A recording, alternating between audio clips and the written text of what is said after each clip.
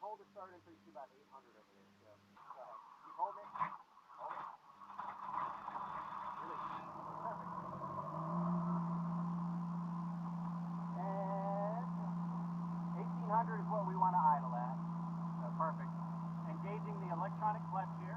Right. The light dim and slowly engage. And safety covers. Right. That's engaging the linear actuator that tightens the main belt fully. And then alternator. Avion.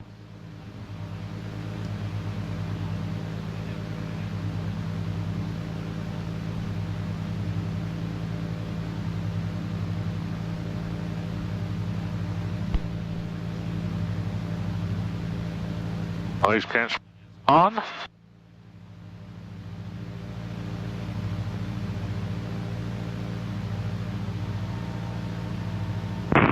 Coast, good afternoon. Apache 4451 Papa with you. We have Charlie. We are 7 miles to the south with a request.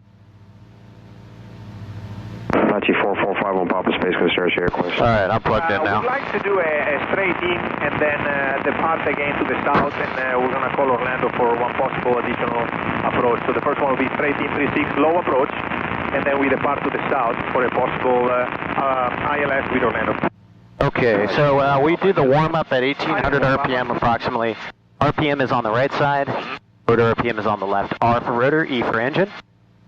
And the biggest thing we're looking first, I looked right away, is our oil pressure, just below the altimeter. Runway 36, clear flow approach. And then do the warm-up, so we're looking for our water to come up. And this is the digital display on that. To the right or left? And we see that water temperature come up to about 170, and then you'll see it go back down for the the thermostat that's opening up and closing.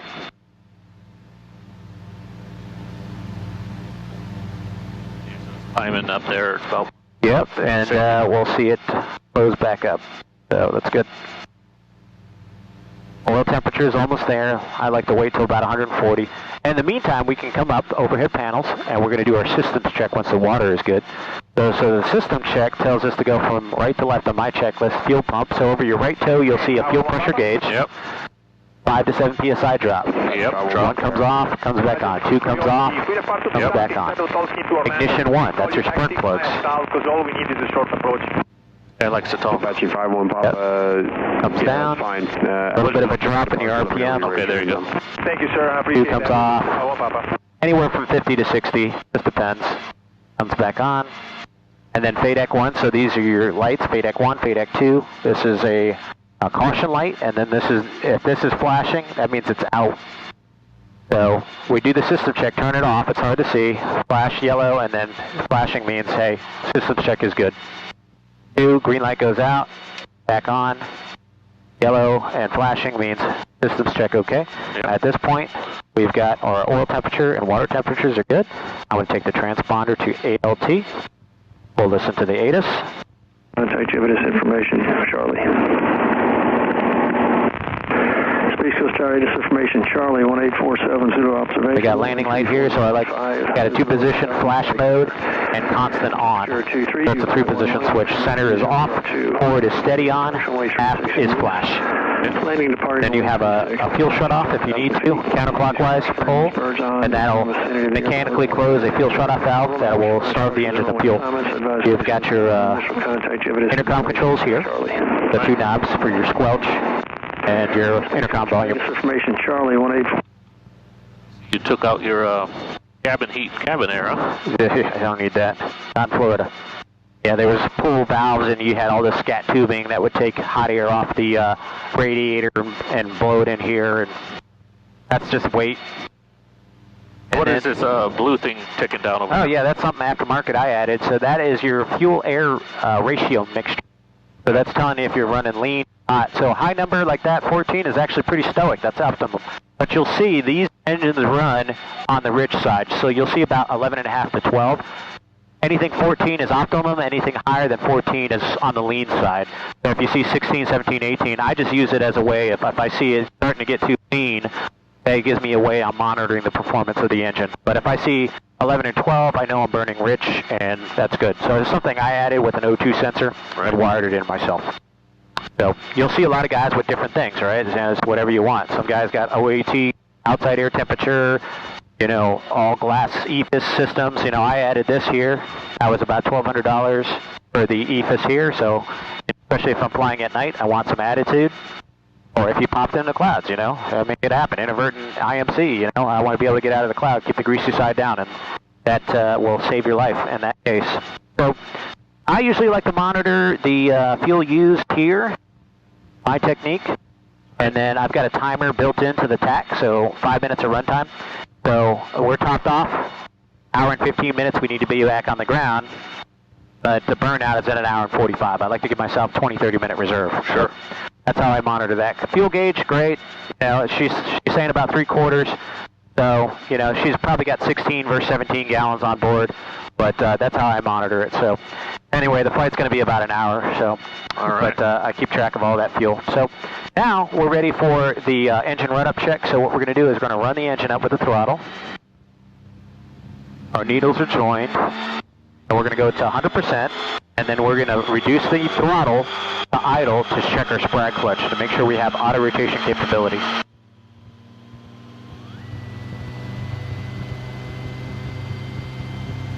Alrighty, and then we'll reduce the throttle and a little bit of left pedal. We see the engine come down faster than the rotor. The freewheeling unit or sprag clutch is doing what it's supposed to do.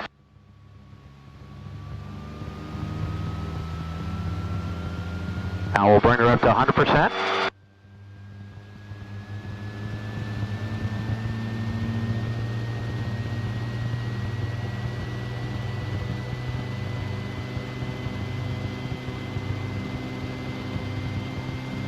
Alright, for a takeoff check, I like to check my overhead panel. Switches are as required. Rotor 100%. Temperatures, pressures, fuel is good. Fuel for about an hour. We'll clear right, clear left. Clear in the middle. Alright, just make sure your feet are not touching the pedals. There you go. And we do a nice slow 2-stage pickup. So stage 1 is light on the skids. Yep. Stage 2 is... There you go. I want to slide to the right.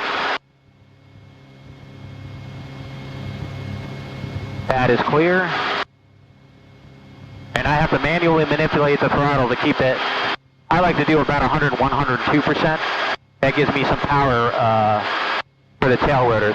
If it's spinning faster, that gives you more tail rotor authority to be able to make pedal changes. Versus at 100, if you get below 100%, you're losing a lot of efficiency on your tail rotor. Okay, so I like to hover for just a little bit, make sure everything is good. And then we'll talk to the tower here and we'll just do a present position departure out towards the St. Johns River. Space Coast Tower, helicopter 8006 Alpha. Helicopter 8006 Alpha, Space Coast Tower. Helicopter 8006 Alpha, southeast T hangar ramp, like present position departure to the north, left turn out to the west, exit the class Delta. Helicopter 06 Alpha, departure from present location will be joining us, proceed as requested. Okay, takeoff at my own risk, proceed as requested, taking off. And we're on the go, can you hear me? I can hear you. Okay. So we're creeping her forward into effective translational lift, using the cyclic to keep that airspeed building up. So there you just bump it forward a few times, get going. Exactly. So I didn't really add any more collective. And now we're just pitching for 65 miles an hour, 35 inches, climb power set. I have some collective friction that I have set back there. And the collective just pretty much stays put once you get her in trim. That's it. That's all you got to do. Make it look easy. Oh yeah, see, I can fly with my feet off the pedals and everything is in the cyclic. So once she's in trim, hands not on the collective, power set, you're just pitching for your desired climb speed, and away you go. So this is like an aircraft, pitch for speed and... Pitch for airspeed, power for altitude. All right. So I can adjust my rate of climb with the collective, adding more manifold pressure. 35 is all we need, and we're climbing at 700 feet per minute. Now when you're cruising along and you're making left to right turns, you don't lead with the pedals like you do on an airplane. Nope. Look, I didn't do any pedal input. So everything's just... Once she's in trim, she's in trim. Now if I make a power setting change with the collective, then that's going to affect my my trim. And you'll see once I level off here, I have to make a pedal adjustment, left pedal. So I'm going to lead with the throttle, a little squeak of throttle. Manifold pressure goes down. Right. And a little bit of left pedal to keep her in trim. And we'll cruise at 33 inches. So it's not much. And we're going to head out towards the St. Johns River. So if you want, you can come on the controls, but the only thing you're going to need to manipulate is the cyclic, really. So I'm pitching to maintain 700 feet. So you have the cyclic, a little forward cyclic. All you got to do is just pitch to maintain altitude, level horizon, and you can see you're on a pendulum, right? So you don't want to over control, it's just small pressures, counter pressures to maintain your altitude. But everything else, you can pretty much fly hands off. And the nose, as the airspeed builds up, the nose is going on a climb because of the asymmetry of lift. You have to keep constant pressure on that to keep moving forward. Exactly.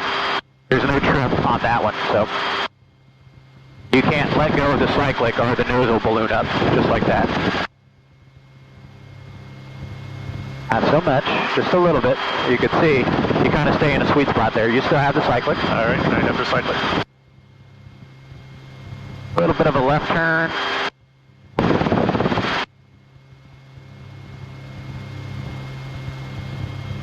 Little bitty baby movements.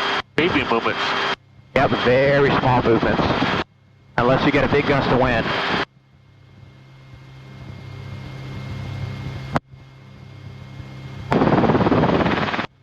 You can see how much, when that airspeed builds up, that nose wants to go up. Yeah. So if I were to slow down now, we would gain altitude, wouldn't we? Nope. No? You slow down with the collective. So what I'm going to do is change an inch, lowering the collective, a little less throttle, 31 inches. Now watch what happens with your airspeed when you maintain. You'll probably go down towards like 80, 75, 80.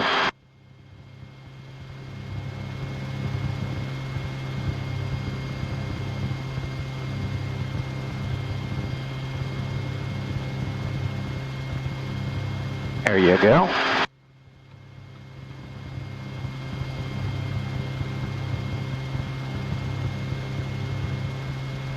And you're going to go in, and you see the river, and there's some power lines where they intersect. It's like 12 o'clock, that's where you're heading. Okay.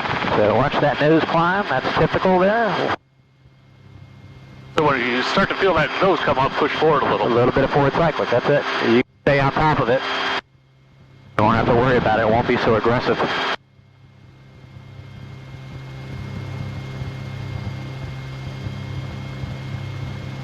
So that forward cyclic, there you go, see? And that's just a gust of wind does that, so... Yeah, we gained 100 feet on that gust. Pretty gusty out there, look at the waves. Space Coast Tower, Apache 4451 Papa back with you. We're again just outside your airspace at the south for a straight in 36 full stop to the T hangars. And we're doing 100, but that's because we're descending a little bit, that's all. Yeah, 36, report 2 mile final. Straight in runway 36, 51 Papa, we report 2 miles final. A little bit of forward there, and hold that right there. Okay. You can see, it's just, you just know what, after a period of time, it's instinctive where the cyclic needs to go. I heard one guy refer to the collective as the up and down stick. Is that how you would refer to it? I would, yep. That increases and decreases the lift on the main rotor system. All right, I have all controls. Watch yourself here. You can see how tight it is here with 2 adult males. Yeah. So what we're going to do is we're going to dip down into the St. Johns River. We're going to do the river run. You see me do that a lot with guys. It looks fun. Oh, it is. I'm just going to adjust my iPad here. It's hard to take your hands off the controls here, you can see. There we go. Alrighty. So, this is the St. Johns River.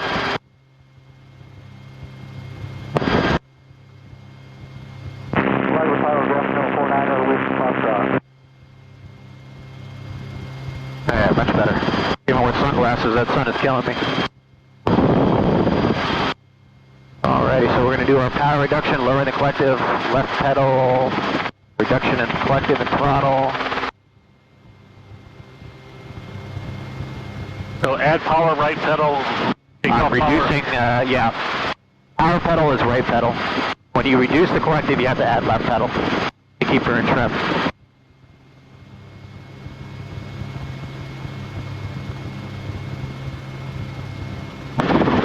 Now I'm increasing the collective, adding a squeak of throttle and right pedal to keep her back in trim. And then we'll cruise down here probably about, I don't know, 28, 30 inches.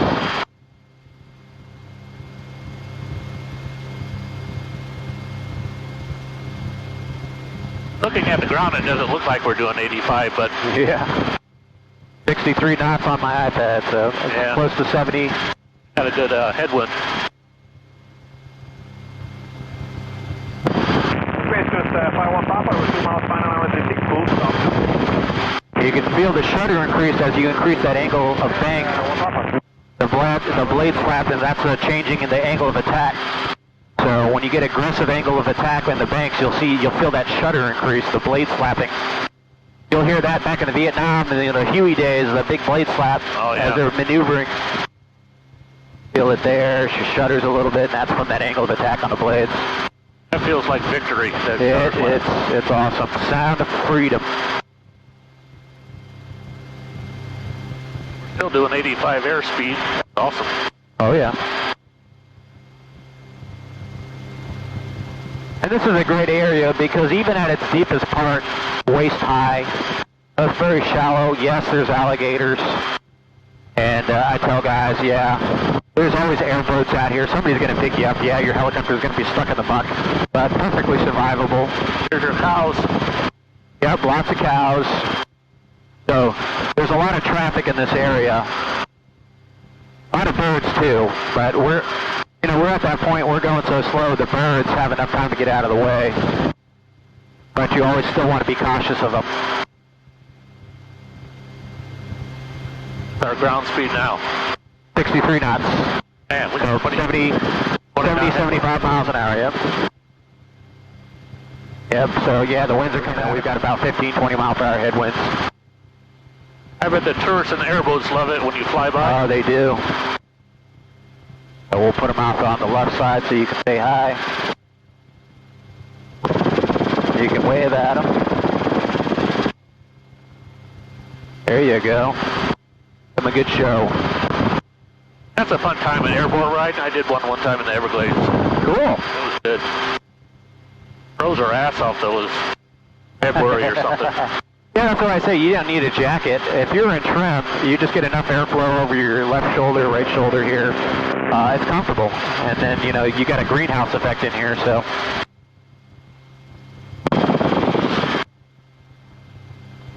So you're using the pedals down low? Nope. No? Not using them at all. My feet are just resting on them. I'm not making any pedal inputs. On the controls, because I'm only 50 feet off the ground, I might need to manipulate everything quickly to do an auto rotation. Right. That's why my feet are on the control. When I'm at 1,000 feet, I just keep my feet and my hands off the collective because it's just comfortable. But when I'm down low, I got everything, all hands on the controls, ready to act. Hey, there's a bird there, so I want to get out of his way. Yeah. So if you were to lose the engine now, what would your action be? Lower the collective, half side click, left pedal. So even at this low altitude, you'll still drop that collective? Oh yeah. And then pull it up at the last second? That's it. Now, would I lower the collective all the way down? Probably not. Because by that time we lower the collective, we're almost going to be touching down, so it'd be more of a quick stop, I would say, more aggressive deceleration with the cyclic versus the collective, but I still need to lower the collective. All right, well, coming back around to the right, and we've got our little rectangular field out here. So at what point in the rotor percentage RPM will it stop producing lift? I would say if you get down into the low 80s, you're done for. So you're dropping it. Yeah. You're not going to, unless you have enough altitude to recover it, which if you're operating below 1,000 feet, Copy 47, be advised, there's a large bird that you'll most likely won't recover in time. All right, 2195 is the training area frequency. We'll go to 500 feet. All right. And now that I'm at my altitude, I'll set my power, take my feet off the pedals, set the collective manifold pressure and the throttle where it needs to be. And now I'm just inside, outside, cruising along, flying with A few fingers, 31 inches. So we hovered at 35. So Yeah, so 4 inches less than hover power is cruise power. All right. Unless you want to go faster or slower. So this is our field down here, so we're going to just do a high recon, check it out. Typically cows somewhere in there.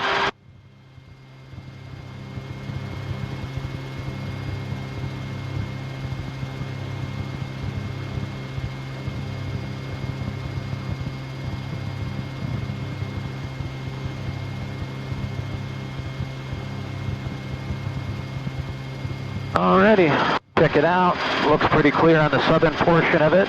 Winds are coming out of the north-northwest.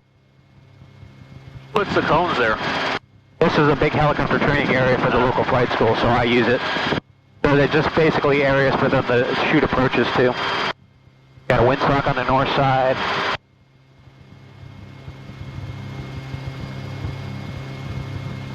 Pretty calm down there. I'd say it's still coming out of the north-northwest. So we'll make our approach from the south to the north. Temperatures and pressures, I'm always inside. Fuel burn right there, about 2.5 gallons. Run time, 21 minutes. Alrighty, we'll climb up just a little bit. We'll climb up to 1,000 feet now. That'll give us a little bit more time to talk about the auto rotation. And recover from it. Well, yeah. There's that. You know. There's that part too.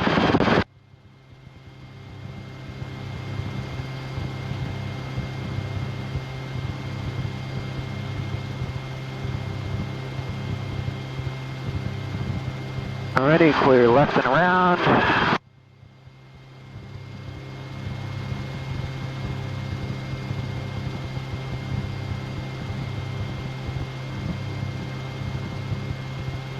Alrighty, we just want to be able to make it into the field. So watch your elbow here. Alright.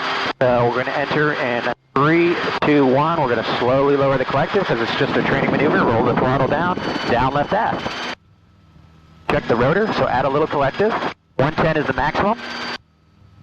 Airspeed, rotor RPM, landing area. Airspeed I'm going to shoot for about 65, 70 miles an hour. Rotor RPM 100%, landing area is assured. Now you can see how far we're gliding. But if we had more headwind, we wouldn't go as far. About 35 feet, a cyclic flare. That's going to build up our rotor RPM. Level, settle, and pull. That's it. Now when you say level, settle, what is the pull? Pull more collective? Pull up on the collective. Okay. I didn't pull up on the collective until the helicopter was leveled out. All right. You reduce your rate of closure only with the cyclic. You flare, you level, let it settle for a second, and then you pull with the collective to arrest that rate of descent. Okay. So that's going to take some time to learn that. That's the hardest maneuver to learn. All right, we're going to do a maximum performance takeoff. All right. You cannot do this in a normal 162F. So I know on a day like today we have about 40 inches of power available. So I'm going to increase the collective and throttle simultaneously to start a vertical rate of climb. 40 inches is about all she's got. 41 today. She's coming up vertical.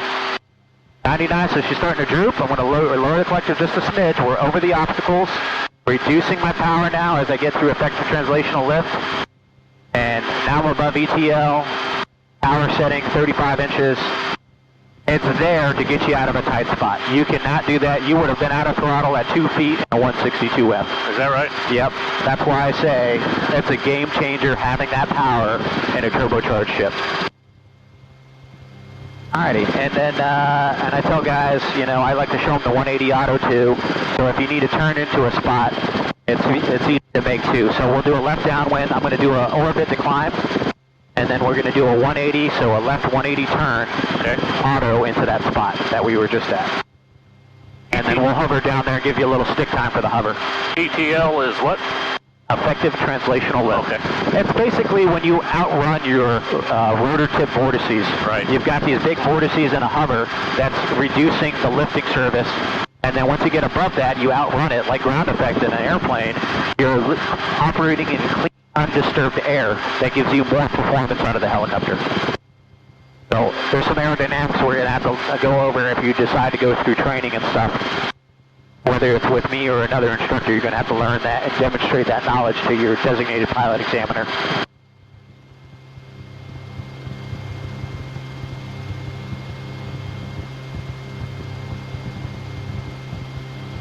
Alrighty, 600 plus feet should be ample. We're going to do the left downwind. Now the 180s are more aggressive because you got to get it back around into your landing area. Feel that blade shudder in the flap? Yeah. For the high angle of attacks there. No big deal, that's perfectly normal. Alrighty, so once we get a beam in our area, it's going to be a little bit quicker on this one. Alright. And 3, 2, 1, down, left to aft. Start that turn. Rotor's going to build, so we're going to check it. Lower the collective again, come back around. Airspeed, rotor RPM, landing area is assured. Alright, 35 feet, cyclic flare. Level, settle, pull. You saw that rotor RPM went to 105 and gave us energy to arrest our rate of descent. So cyclic flare, that's when you pull back here, tap the nose up, and it'll fall off of that by itself when you're pushing the nose forward. I am pushing, I'm releasing that back pressure to get that's when it settles. That's the leveling. Right, and then you pull the collective. And then let it settle down towards about 1 to 2 feet, then you pull. Okay. So that's going to take some time. You're not going to learn that in a day for sure. It's going to take about 10 to 15 hours of constant auto rotation training to get proficient. Right. All right, so you can come on all the controls. All right, all controls. And what we're going to do is we're going to talk about one control at a time, but you're going to be following me what I'm doing. All right. Alrighty, so I'm going to find a nice, clean, flat spot here that's not too muddy, and we're pointed into the wind. And the first control we're going to talk about is the pedals. All right. The anti-torque pedals. So they control the directional of the nose, the yaw, left and right. And so if I want to go right, I just press on the right pedal a little bit and she goes right. If I want to go left, I just relax that right pedal. Just relax it. I don't even press the left pedal, I relax it. And then if I want to point at this tree, 12 o'clock, I'm just kind of pressure, counter pressure, pressure, counter pressure to keep that tree where I want it. Alrighty, so I want you to just hold the nose in this location. I'm going to relax on the pedals. All right. There you go, pressure, counter pressures. And then a little bit of right pedal now. Give me a 45-degree turn to that windsock that's in the distance. All right. There you go. Back to the left towards that palm tree you were pointing at earlier. Realize there's about 100 palm trees out there. Yeah. This one right here in between the gap. Okay. There you go. Alrighty, just hold that position. All right. Alrighty, I have the pedals. Now we're going to talk about the collective. The collective is the up and down stick, as you call it. Right. It's collectively changing the pitch of both blades simultaneously to increase and decrease the angle of attack. Think of it as a constant speed prop. So when I just slightly increase the pressure up on the collective, we go up. When I slightly squeak pressure down, we go down.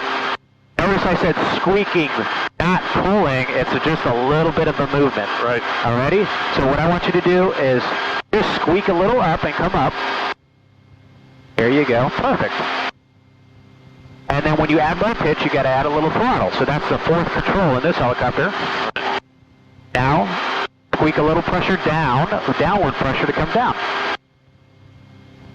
And then I roll the throttle down when we do that. Now come back up. A little bit of throttle, and we get more lift. All right. And then back down, squeak it back down. Normal hover height in a rotorway is 1 to 2 feet. So keep coming down, keep coming down, keep coming down, and that's hover height. That's what you want to maintain. So maintain that hover height. All right. Alrighty, you have the collective and pedals, so try to keep this height and the nose straight.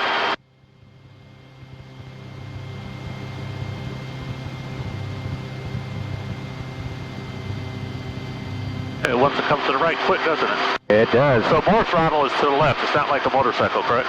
Yeah. Thumbs up like this is more throttle. All right.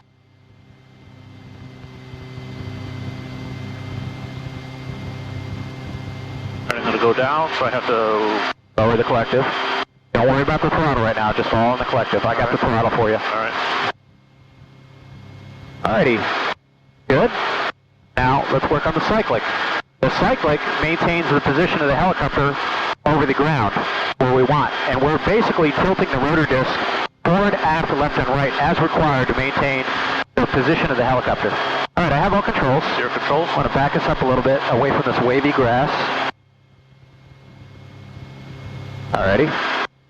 Alright, come on all the controls now. All controls. And feel what I'm doing with the cyclic. It's a little bit of pressures, counter pressures in here to maintain the position. And we call it the sweet spot. The neutral position depends on the load of the aircraft. It's not centered, it's the neutral position or the sweet spot. So I come back to that neutral position just based upon how she's hanging. Alright. So I might have to do a little bit of aft and then back to the sweet spot, a right, back to the sweet spot, a little bit of left, back to that sweet spot. But I'm always kind of working in that same area. Alrighty? So you get yourself comfortable there and try to maintain that position. Alright. You have all controls. All controls.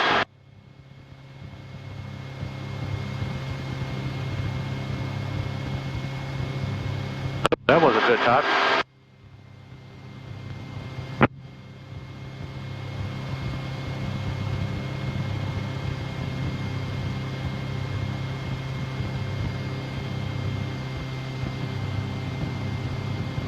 That was about as ugly as it could get, huh? You got it. You can stabilize it.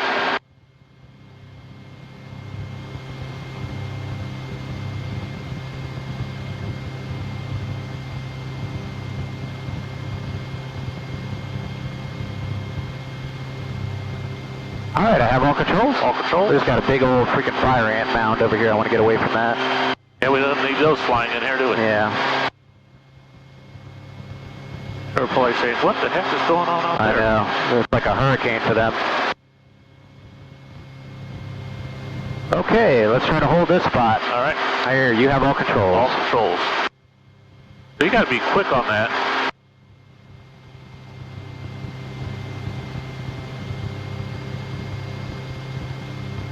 Right pedal to get you back towards that tree. There you go. And if you're under the wind, it helps a lot too. So more right pedal. There you go. Hold that position right there. All right. Back.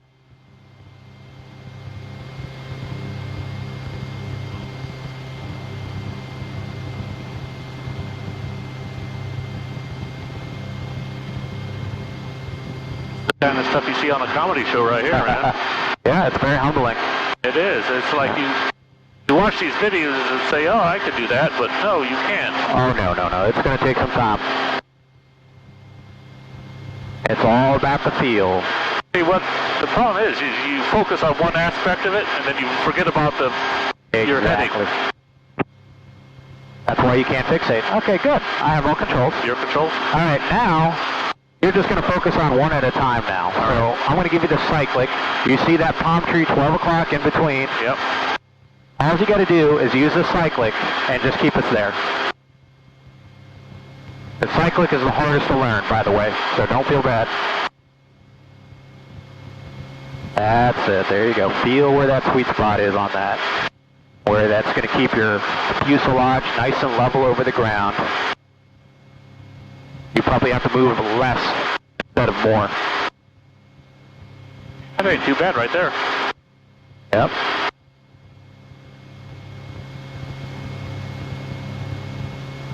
So you're kind of creeping forward, so all you got to do is a little aft, center, aft, center, aft, center, and then a little forward and center, and then you're done. Or as I say, the sweet spot. Aft center, Forward center, and then aft, and then center. So you can see, it's a delayed reaction because you're on a pendulum hanging. Yes.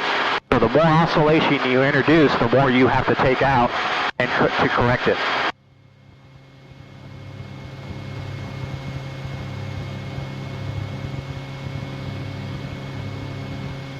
Alrighty, I have all controls. Your controls? Alrighty, we're going to take her up around. So you feel that little shudder as the airflow, yeah, well that's it's called transverse flow, that shudder. But it's transitioning from horizontal airflow, and you have the forward disc is horizontal and the aft disc is vertical, and it's causing that shudder until you're all horizontal airflow through the rotor system. And then obviously coupled with effective translational lift, outrunning those rotor tip vortices. So don't feel bad. Nobody ever gives it the first time. That's never flown in a helicopter. So Okay, our run time is 35 minutes. And I'm going to show you just a normal approach to the south side of the field, and we're going to talk about through that. So you can follow me on all the controls, feel what I do, but don't override me on the controls, okay? So first thing you do, that orange cone on the south side, that's my landing point. Once I'm abeam of that landing point, I'm at my cruise power of 31 inches. I'm going to set an initial power reduction to 25. Left pedal for trim. Pitch for 70 miles an hour. Now we're going to fly out on the downwind while we're descending at 70 miles an hour. Pitch for airspeed, power for altitude, right? Your glide slope. A little bit of squeak of the throttle to control that RPM. Now we're going to look left and continue to approach back around. Hear that blade slap more prominent. We lost a little bit of airspeed, so we'll bring that back up. Got my landing area in sight. About the center of the windshield. Now I got a high rate of closure, so I'm going to add aft cyclic, left pedal, reduce the collective, throttle as required. And we're going to put that right on the front of the nose. So now we're slowing down a nice constant angle, low approach. There's the shutter of a transverse flow and effective translational lift. So I need that extra power for out of ground effect hover now. Now we're getting into ground effect, which is about half the diameter of the rotor disc. There's a bird right on top of that. That's pretty cool. Finally, like a blue jay or something. Yeah. And that's a normal approach that we do in a helicopter to a landing area. So that's going to even take some time to be able to do that. I could imagine. And then a normal takeoff, I'm going to go slide to the left here. Without using a bunch of power, we use a technique called the cushion creep takeoff. The cushion creep takeoff is we're kind of creeping forward, and we're using the cyclic to coax us above effective translational lift. Alrighty, so whatever my hover power is, I don't really want to add any more manifold pressure. If you look at it, 36 inches, I don't really want to add any more. So I'm just going to let her go forward just a little bit, maintain directional control with the pedals. You might dip a little bit, so that's fine. We'll cushion it with some aft cyclic. The whole idea is to teach you power management with this technique. We're trying to get her to get above ETL without the skids touching the ground and no more collective. Okay, about 36. Nice, smooth acceleration with the cyclic. Power staying about 36. Left pedal to keep her in trim as you accelerate. Climb power is set. We're accelerating to 65 miles an hour.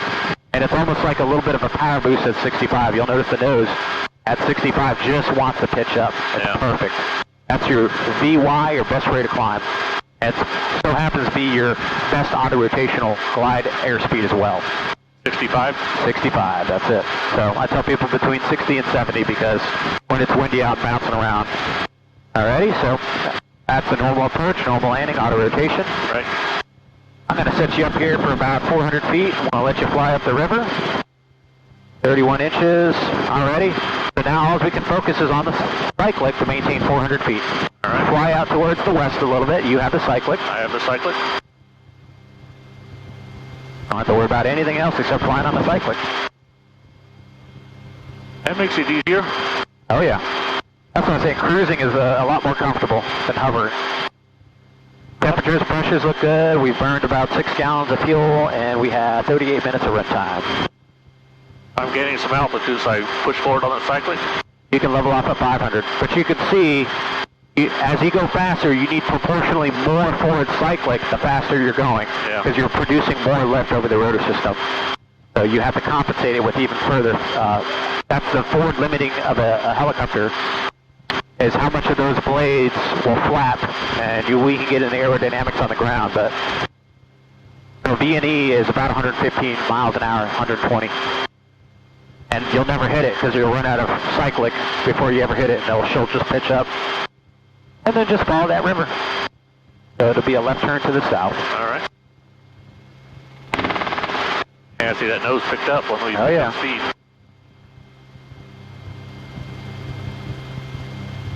And then it's going to pitch up again as you increase airspeed, so you got to compensate for that. There you go. So when you're flying cross country, it's just constantly bouncing back and forth between that and that, isn't it? It's not doing that because I can compensate for it. Oh. It won't do that if you properly control the aircraft. It's just you got less than an hour of stick time, so that's very common for new students. So you're correcting it in small chunks where I'm doing it in big chunks. Oh yeah, yeah. If you stay ahead of it, the helicopter will never pitch up like that on you. Yeah. Unless you got a big wind gust. So this is all pilot-induced oscillation. That's on you. Yeah. But it's perfectly normal, so don't feel bad. I take the blame. Yeah. Perfectly normal for a new student. And this is where we like to live in the helicopter world. You know, I get comfortable 500-600 feet all day long. Some guys like to do 1,000 feet, but we did autos at 500 or 600 feet, and you see you got about 20 or 30 second ride down, and no big deal. Yeah. Well, I would live in the G if I was a helicopter pilot. Yeah.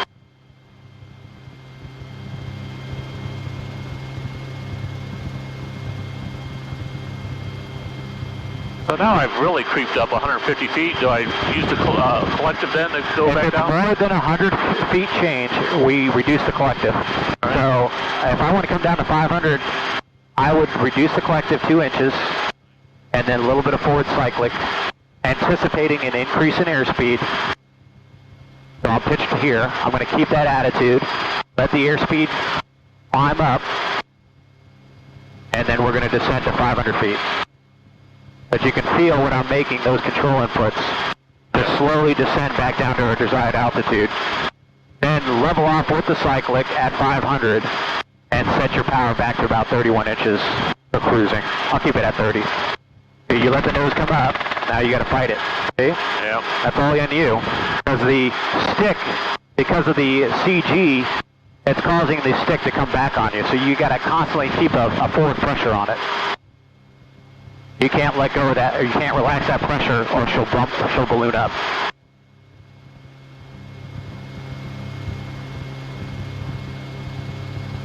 There you go. See, now you're catching it sooner. It's all about just experience and time on the machine, that's all. All right, that's me. That's all pilot-induced stuff? It's all pilot-induced. All Todd-induced oscillation. There you go. TIO, Todd-induced oscillation. That's right. But yeah, it's all. When she's doing that, it's typically you're not putting the correct inputs in. Yeah. You see, I just helped you out there to stop it. So it's sort of like your boat when your boat wants to walk down the river, you know? Yeah, exactly. It does it left and right versus up and down, but it'll crab walk everywhere. Get a little bit of a right turn.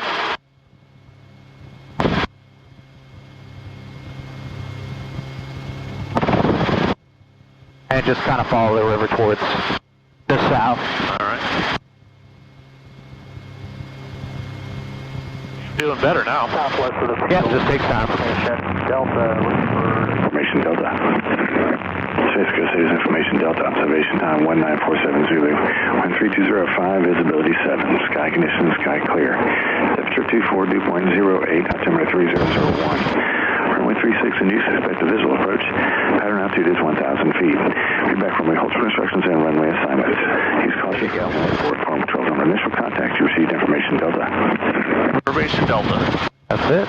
So at what point does the vertical fins take over your directional control? They start becoming effective around 30 to 40 miles an hour. And then everything else after that is a cyclic. Well, as far as keeping the aircraft in trim, right? So that's the vertical fin in the back is what's allowing me to fly feet off the rotor pedals or the anti-torque pedals. Correct. Because that vertical fin is offloading the tail rotor. So we've got about half left pedal deflection here. So the tail rotor is offloaded at this point. And if we had to auto-rotate, I'd probably have to add maybe 3/4 pedal, almost full left pedal to keep her in trim, depending on where the wind's coming from. So, yeah, notice how your altitude control is getting better and better because you're anticipating what you need to do. Yeah. All right, I have all controls. Your controls? I have controls. Let's see, you got CAP out there, so he's 1,000 feet above us at our 11 o'clock. I'm sorry, 12 o'clock, 11 o'clock over there. In sight. Probably making his way back to the airport.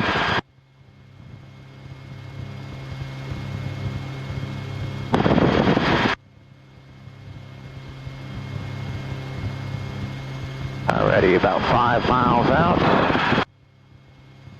We'll get in behind him. But now I'm just going to keep it at 600 feet, and it's just the slight pitching forward and aft on the cyclic.